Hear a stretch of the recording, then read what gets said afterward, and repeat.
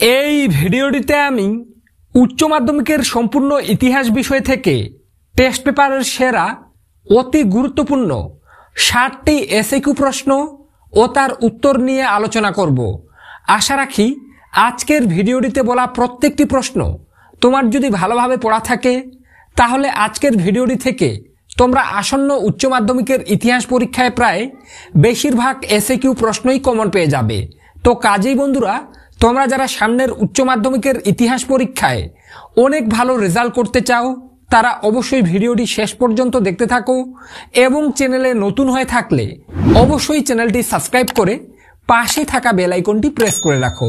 তো চলো দেখে নেওয়া যাক প্রশ্নগুলি। তোমরা প্রত্যেকে জানো প্রথম অধ্যায় থেকে তোমাদের কোনো এসএকিউ প্রশ্ন থাকবে না, তো দেখে নেব ডিরেক্ট দ্বিতীয় অধ্যায়। একের দাগে বৈদেশিক বাণিজ্য চীনের কোন বন্দর দুটিতে সীমাবদ্ধ ছিল? উত্তর ক্যান্টন ও মেকাও বন্দর দুটিতে। 2. আলীনগরের সন্ধি কবে ও কাদের মধ্যে হয়? উত্তর হয়ে যাবে 1757 খ্রিস্টাব্দে ব্রিটিশ ইস্ট ইন্ডিয়া কোম্পানির সঙ্গে নবাব সিরাজউদ্দৌলার। 3. উপনিবেশবাদ বলতে কি বোঝো? উত্তর কোন অঞ্চলের অধিবাসীদের ওপর সাম্রাজ্যবাদের নীতি অনুসরণকারী অন্য কোনো সার্বভৌম শক্তির শাসন প্রতিষ্ঠাকে উপনিবেশবাদ বলে। 4. ভারতের কয়েকটি পর্তুগিজ বাণিজ্য কুঠির নাম লেখো। উত্তর বোম্বাই, কোচিন, দিউ, হুগলি প্রভৃতি। এরপর 5. কোন মার্কিন সর্বপ্রথম জাপানে পদার্পণ করেন? উত্তর 1854 খ্রিস্টাব্দে কমোডর পেরি সর্বপ্রথম জাপানের ইয়াডো বন্দরে পদার্পণ করেন। 6. স্পেনীয় আর্মাডা কি? উত্তর স্পেনের নৌবাহিনীকে স্পেনীয় আর্মাডা বলে। 7. পোর্টসমাউথের সন্ধি কবে কাদের মধ্যে হয়? উত্তর 1905 খ্রিস্টাব্দে জাপান ও রাশিয়ার মধ্যে। 8. ভারতের কয়েকটি ইংরেজ বাণিজ্য কুঠির নাম লেখো। উত্তর সুরাট, মাদ্রাজ, বোম্বাই ও কলকাতা। 9. 1612 খ্রিস্টাব্দে ভারতের কোথায় প্রথম ইংরেজ বাণিজ্য কেন্দ্র স্থাপিত হয়? উত্তর সুরাট বন্দরে। 10. লগ্নি পুঁজি কি? উত্তর শিল্প ও বাণিজ্য থেকে অর্জিত অতিরিক্ত পুঁজি বা মুনাফা যখন আরও মুনাফা অর্জনের জন্য আবার কোনো শিল্প অথবা বাণিজ্যে বিনিয়োগ করা হয় তখন তাকে লগ্নি পুঁজি বলে। এরপরে 11 এর দাগে মার্কেন্টাইলবাদ কি? উত্তর 16-18 শতকে ইউরোপে এক বাণিজ্যিক ব্যবস্থা চালু হয় যেখানে সরকার রাজ্যের সমস্ত বাণিজ্যিক কার্যকলাপ নিয়ন্ত্রণ করত। এই ব্যবস্থায় দেশের রপ্তানি সর্বদা দেশের আমদানির পরিমাণের থেকে বেশি হতো। এটি মার্কেন্টাইলবাদ নামে পরিচিত। এরপরে 12 এর দাগে সাম্রাজ্যবাদ বলতে কি বোঝো? উত্তর যে নীতির মাধ্যমে কোনো শক্তিশালী দেশ অন্য কোনো দেশের শাসন কায়েম করে তাকে বলে সাম্রাজ্যবাদ। 13. বাণিজ্যিক পুঁজি কি? উত্তর যে পুঁজি উৎপাদনের পরিবর্তে শুধুমাত্র ব্যবসা বাণিজ্য চালানোর জন্য ব্যবহার করা হয় তাকে বাণিজ্যিক পুঁজি বলে। এরপরে 14 এর দাগে শ্বেতাঙ্গদের বোঝা বলতে কি বোঝো? উত্তর ইউরোপের ঔপনিবেশিক শ্বেতাঙ্গ বাসিন্দাদের অনেকেই নিজ জাতির শ্রেষ্ঠত্ব তুলে ধরতেন এবং দাবি করতেন যে এশিয়া ও আফ্রিকার মতো পিছিয়ে পড়া কৃষ্ণাঙ্গ জাতিগুলির উন্নতির দায়িত্ব পালন করতে হবে। শ্বেতাঙ্গদের এই মানসিকতাকে রুডিয়ার্ড কিপলিং শ্বেতাঙ্গদের বোঝা বলে চিহ্নিত করেছেন। এরপরে দেখে নেব 15 এর দাগে বর্ণ বৈষম্য নীতি কি? উত্তর সাম্রাজ্যবাদী সাদা চামড়ার শাসক জাতি কালো চামড়ার শাসিত জাতির প্রতি যে বৈষম্যমূলক শাসন নীতি কায়েম করে তাকে বর্ণ বৈষম্য নীতি বলে। 16 এর দাগে মুক্তিদান নীতি কি?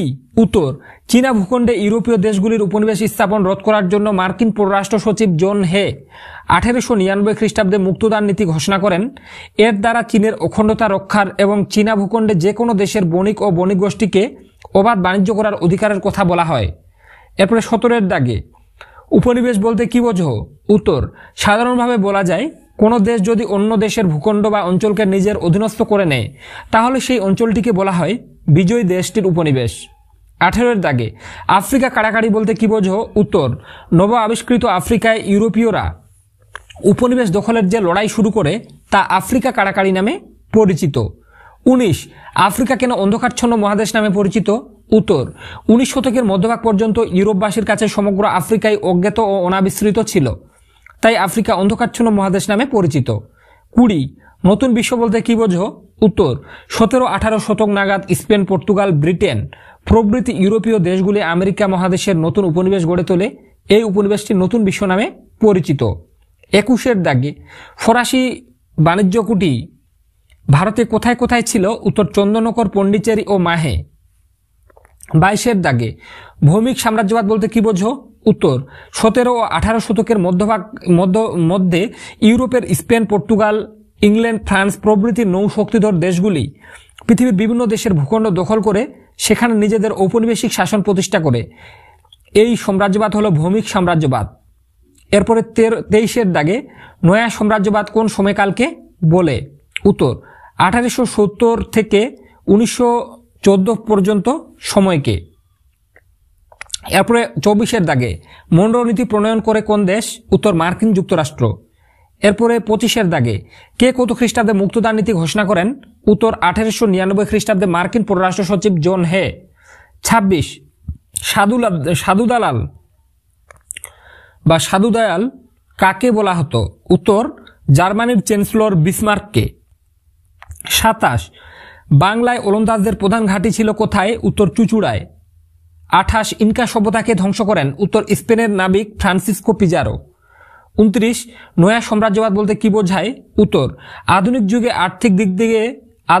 আর্থিক দিক থেকে শক্তিশালী দেশগুলি অপেক্ষাকৃত দুর্বল দেশের ভূখণ্ড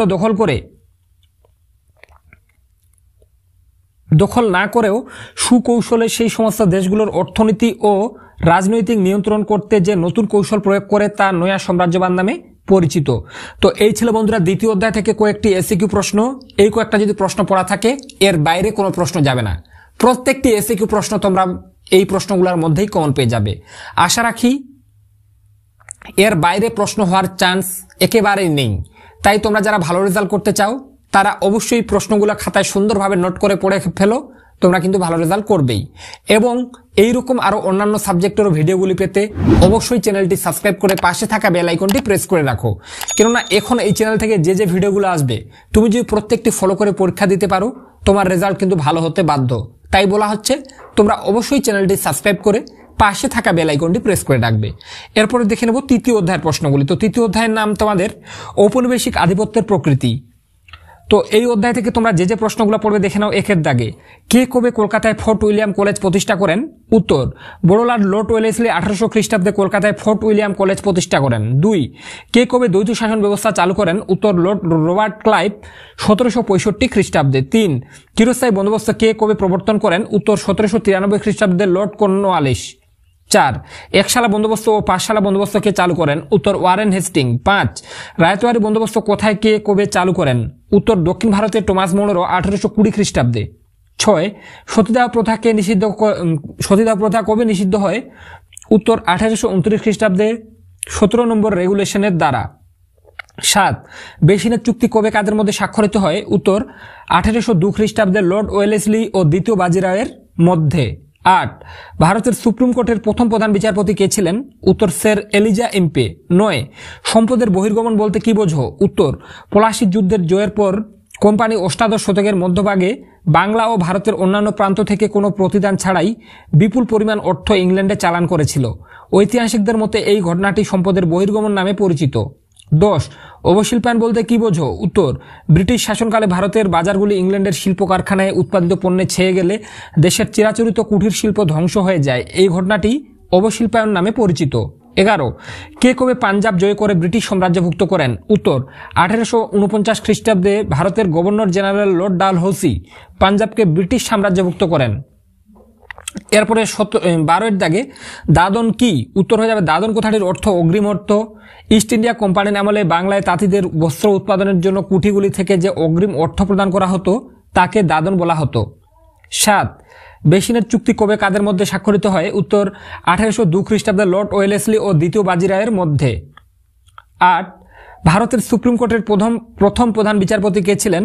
উত্তর স্যার এলিজা এমপে। 9 সম্পদের বহির্গমন বলতে কি বোঝো? উত্তর পলাশীর যুদ্ধের জয়ের পর কোম্পানি অষ্টাদশ শতকের মধ্যভাগে বাংলা ও ভারতের অন্যান্য প্রান্ত থেকে কোনো প্রতিদান ছাড়াই বিপুল পরিমাণ অর্থ ইংল্যান্ডে চালান করেছিল। ঐতিহাসিকদের মতে এই ঘটনাটি সম্পদের বহির্গমন নামে পরিচিত। 10 অবশিল্পায়ন বলতে কি বোঝো? উত্তর ব্রিটিশ শাসনকালে ভারতের বাজারগুলি ইংল্যান্ডের শিল্প কারখানায় উৎপাদিত পণ্যে ছেয়ে গেলে দেশের চিরাচরিত কুটির শিল্প ধ্বংস হয়ে যায়। এই ঘটনাটি অবশিল্পায়ন নামে পরিচিত। 12 কে কবে পাঞ্জাব জয় করে ব্রিটিশ সাম্রাজ্যভুক্ত করেন? উত্তর 1849 খ্রিস্টাব্দে ভারতের গভর্নর জেনারেল লর্ড ডালহৌসি পাঞ্জাবকে ব্রিটিশ সাম্রাজ্যভুক্ত করেন। 12 দাদন কি? উত্তর, দাদন কথার অর্থ অগ্রিম অর্থ। ইস্ট ইন্ডিয়া কোম্পানির আমলে বাংলায় তাঁতিদের বস্ত্র উৎপাদনের জন্য কুটির শিল্পগুলি থেকে যে অগ্রিম অর্থ প্রদান করা হতো তাকেই দাদন বলা হতো। এরপরে 13, কোর্ট কর্নওয়ালিস কি? উত্তর, ভারতের বড়লাট কর্নওয়ালিস এদেশে কোম্পানির কর্মচারীদের দুর্নীতি দমন ও ক্ষমতা বৃদ্ধির জন্য 1793 খ্রিস্টাব্দে বিভিন্ন নীতি ও গণপদ্ধতি প্রবর্তন করেন, যা কোর্ট কর্নওয়ালিস নামে পরিচিত। 14, গ্যারান্টি ব্যবস্থা কি? উত্তর, ভারতের রেলপথ নির্মাণে ব্রিটিশ কোম্পানিগুলিকে উৎসাহ দেওয়ার জন্য ব্রিটিশ সরকার তাদের বিনামূল্যে জমিদান, বার্ষিক বিনিয়োগের উপর নির্দিষ্ট হারে সুদ প্রদান প্রভৃতি বিষয় গ্যারান্টি দেয়, যা গ্যারান্টি ব্যবস্থা নামে পরিচিত। 15, ভারতীয় ভাষা ও সাহিত্য শিক্ষার জন্য বার্ষিক 1 লক্ষ টাকা ব্যয় করা হয় কোন আইনে? উত্তর, 1813 খ্রিস্টাব্দে সনদ আইনে। এরপরে 16, সূর্যাস্ত আইন কি? উত্তর, চিরস্থায়ী বন্দোবস্তে বলা হয় যে প্রতি বাংলা বছরের শেষ দিনে সূর্য অস্ত যাওয়ার আগে জমিদার বা তালুকদারকে তাদের নির্দিষ্ট রাজস্ব পরিশোধ করতে হবে, অন্যথায় তার সমগ্র জমিদারি সরকার বাজেয়াপ্ত করে নেবে। এই বিধি সূর্যাস্ত আইন নামে পরিচিত। 17, পত্তনি প্রথা কি? উত্তর, চিরস্থায়ী বন্দোবস্তে প্রবর্তিত হওয়ার পর অনেক জমিদার রাজস্ব আদায়ের সুবিধার জন্য তাদের জমিদারির অংশ ছোট ছোট ভাগে ভাগ করে নির্দিষ্ট রাজস্ব প্রদানের শর্তে কয়েকজন ব্যক্তিকে বন্দোবস্ত বা পত্তনি দিতেন। এই ব্যবস্থা পত্তনি প্রথা নামে পরিচিত। তো এই ছিল তৃতীয় অধ্যায়ের মাত্র 17টি এসএকিউ প্রশ্ন।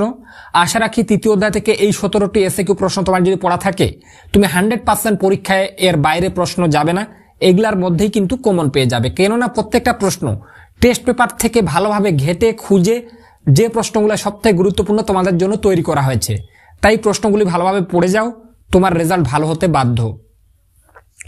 তাই এইরকম আরো অন্যান্য সাবজেক্টেরও যাতে শেষ মুহূর্তের গুরুত্বপূর্ণ এমসিকিউ, এসএকিউ এবং লাস্ট মিনিটের সাজেশনগুলি সবার আগে তোমার কাছে পৌঁছে যায় আর তুমি সেগুলি পড়ে ভালো রেজাল্ট করতে পারো, তাহলে তোমরা অবশ্যই এই রিয়াজ টিউটোরিয়াল চ্যানেলটি সাবস্ক্রাইব করে পাশে থাকা বেল আইকনটি প্রেস করে রাখো।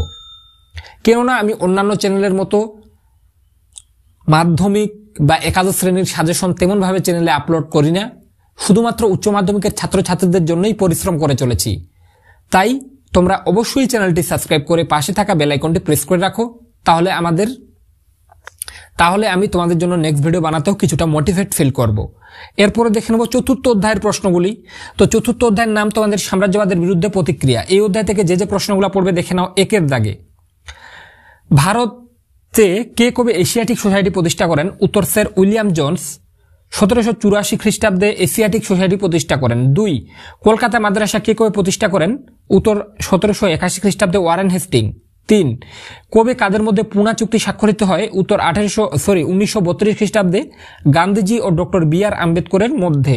4, 3 আইন কি? উত্তর, ব্রিটিশ সরকার বাল্যবিবাহ, বহুবিবাহ নিষিদ্ধ করা ও অসবর্ণ বিবাহকে আইনসিদ্ধ করার জন্য 1872 খ্রিস্টাব্দে একটি আইন পাশ করে। এই আইন 3 আইন নামে পরিচিত। 5, চুইয়ে পড়া নীতি কি? উত্তর, ভারতের উচ্চবিত্ত ও মধ্যবিত্ত শ্রেণীর মধ্যে ইংরেজি শিক্ষার প্রসার ঘটালে তা মধ্যবিত্তের মাধ্যমে ক্রমে সাধারণ জনগণের মধ্যে ছড়িয়ে পড়বে। মেকেলের এই পরিকল্পিত এই নীতি চুইয়ে পড়া নীতি নামে পরিচিত। 6, আলেকজান্ডার ডাফ কে ছিলেন? উত্তর, আলেকজান্ডার ডাফ ছিলেন একজন স্কটিশ মিশনারি।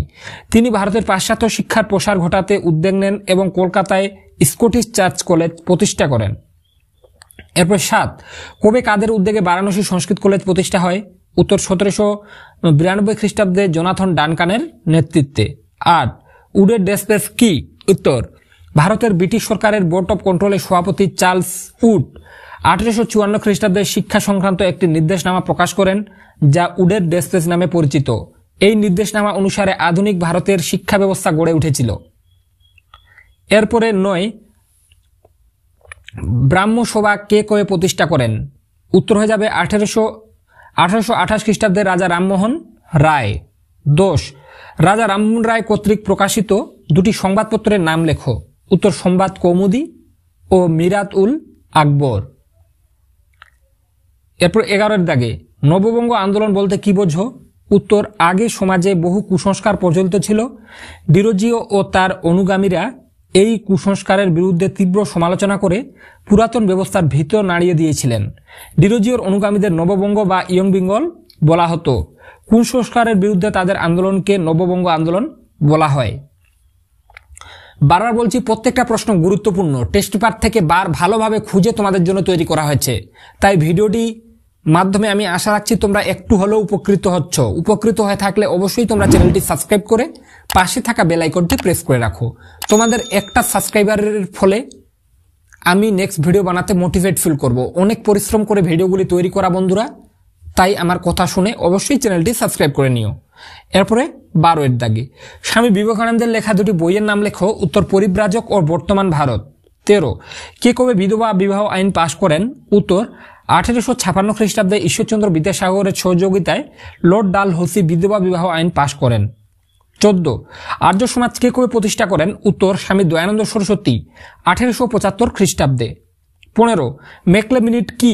উত্তর বোর্ড অব পাবলিক ইনস্ট্রাকশনের সভাপতি মেকলে 1835 খ্রিস্টাব্দে বড়লাল লর্ড বেন্টিংয়ের কাছে ভারতের পাশ্চাত্য শিক্ষার প্রসারের জন্য একটি প্রতিবেদন বা মিনিট পেশ করেন, যা মেকলে মিনিট নামে পরিচিত।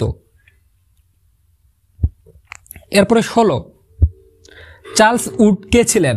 উত্তর চার্লস উড ছিলেন ভারতের ব্রিটিশ সরকারের বোর্ড অব কন্ট্রোলের সভাপতি। তিনি এদেশে সরকারি শিক্ষানীতির উপরে উডের ডেসপেজ নামক একটি পরিকল্পনা পেশ করেন। এরপরে 17 এর দাগে, দলিত কাদের বলা হতো? উত্তর ভারতের ব্রাহ্মণ সহ উচ্চবর্ণের শোষণে শোষিত মাহার, চামার, হরিজন, নাদার প্রভৃতি নিম্নবর্গের লোকেরা দলিত নামে পরিচিত। 18, মীরার ষড়যন্ত্র মামলায় অভিযুক্ত দুজন বিদেশির নাম লেখো। উত্তর বেঞ্জামিন ব্র্যাডলি ও ফিলিপ স্টাফ। এরপরে 19 এর দাগে, ভাইকম সত্যাগ্রহ বলতে কি বোঝো? উত্তর বিংশ শতকের শুরুতেই দক্ষিণ ভারতের ভাইকমে বন্য হিন্দুদের একটি মন্দিরের নিকটবর্তী রাস্তা দিয়ে নিম্নবর্ণের মানুষের চলাচল নিষিদ্ধ ছিল। নিম্নবর্ণের মানুষের জন্য এই রাস্তা খুলে দেওয়ার দাবিতে শ্রী নারায়ণ গুরু তীব্র আন্দোলন গড়ে তোলেন, যা ভাইকম সত্যাগ্রহ নামে পরিচিত। এরপর 20 এর দাগে, চতুর্থ অধ্যায়ের 20 এর দাগের প্রশ্ন, শত দিবসের সংস্কার কি? উত্তর চীনা সম্রাট সে দেশের সংস্কারকদের দাবি মেনে 1898 খ্রিস্টাব্দে এক সংস্কার কর্মসূচি ঘোষণা করেন। এই সংস্কার কার্য 100 দিন ধরে চলে বলে তা শত দিবসের সংস্কার নামে পরিচিত। তো বন্ধুরা, আজকের ভিডিওটিতে আমি উচ্চ মাধ্যমিকের ইতিহাস বিষয় থেকে প্রথম থেকে চতুর্থ অধ্যায়ের গুরুত্বপূর্ণ 60টি এসএকিউ প্রশ্ন তোমাদের সামনে তুলে ধরলাম। আমি যদি পঞ্চম থেকে অষ্টম অধ্যায়ের প্রশ্নগুলি নিয়েও এই ভিডিওতে আলোচনা করতাম, তাহলে ভিডিওটা অনেক বড় হয়ে যেত। এমনিতেও ভিডিওটা প্রায় 18 মিনিটের মতো হয়ে গেছে, তাই আমি ভিডিওটির লেন্থ আর বাড়াতে চাই না।